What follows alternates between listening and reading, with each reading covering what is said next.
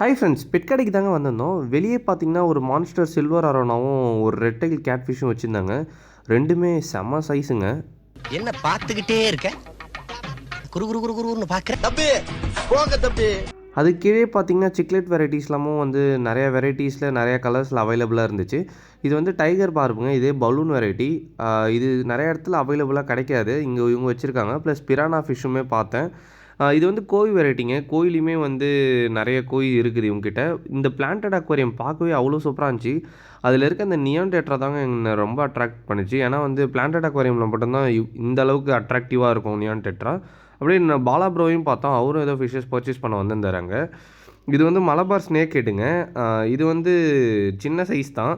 இப்போ இவங்ககிட்ட அவைலபிளாக இருக்குது. ப்ளஸ் ஃப்ளோரானுமே வந்து ஒரு 3 வெரைட்டியில் வந்து இவங்ககிட்ட அவைலபிளாக இருக்குங்க. பார்க்கவே எல்லாமே சூப்பராக இருந்துச்சு.